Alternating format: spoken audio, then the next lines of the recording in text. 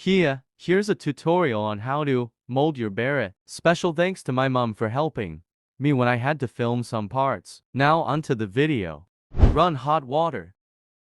Dunk it in and deform it. Careful not to get the leather band wet. You shouldn't get the band wet because it can shrink and at one single quotes t.be the size you need for your head. Make sure you get as close as you can to make it easier to mold. Drain some of the water out.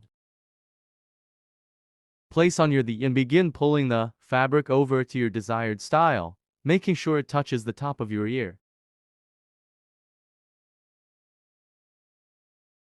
You gotta be a little rough with it sometimes.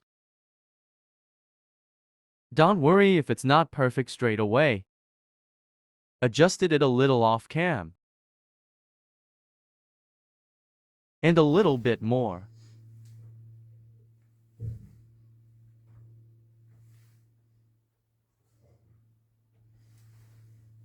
Finished product. Bye now.